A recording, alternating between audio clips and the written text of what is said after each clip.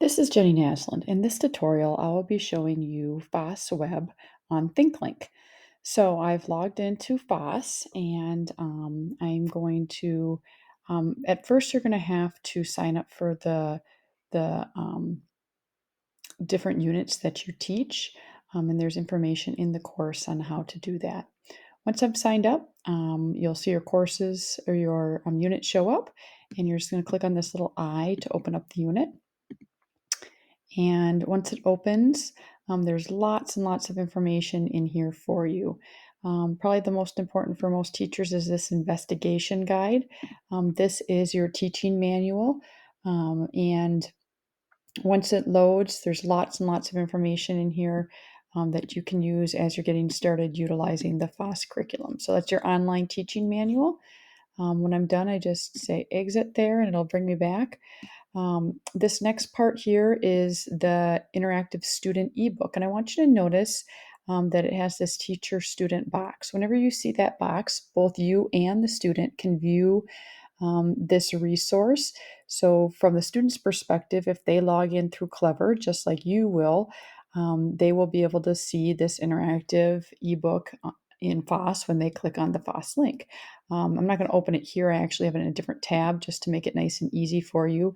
But I wanted to point out that the teacher or the student version of the book has little videos that play throughout it. You can also go in and you can play the text um, for kids as needed. Let's see here.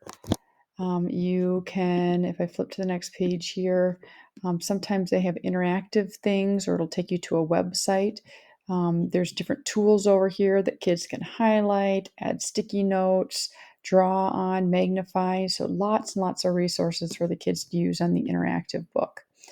Um, the assessment tab here just goes through all of the assessments. There's printable assessments. You can see what they all look like. You can change the language of them and so forth, which is a nice tool.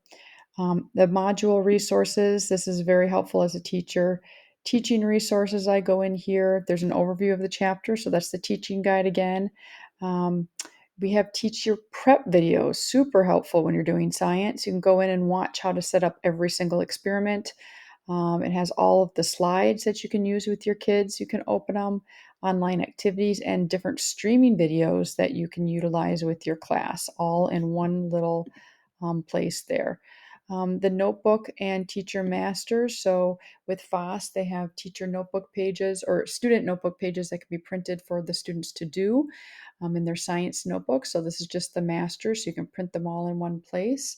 And then there's also one for you to display up on your screen for the kids. There's literacy information, kit and material information. Then they also have remote learning resources as well.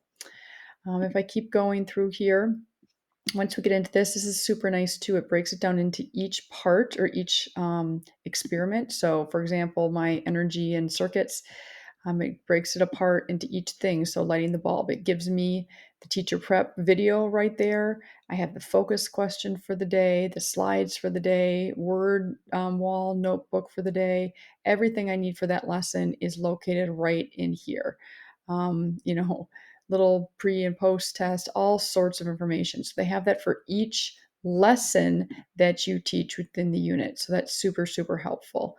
And then at the very bottom, you also have resources to share with families at home as well. So as you can see, lots and lots of digital resources for you to utilize within our curriculum.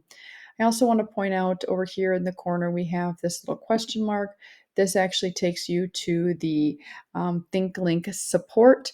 And I would just click on the FOSS science curriculum and I can look up anything else that I would want to do. We're not going to go through it today, but there is information in here about how to assign things, how to utilize their online testing um, program, and so forth. So lots of information, and this concludes our tutorial on FOSS through ThinkLink.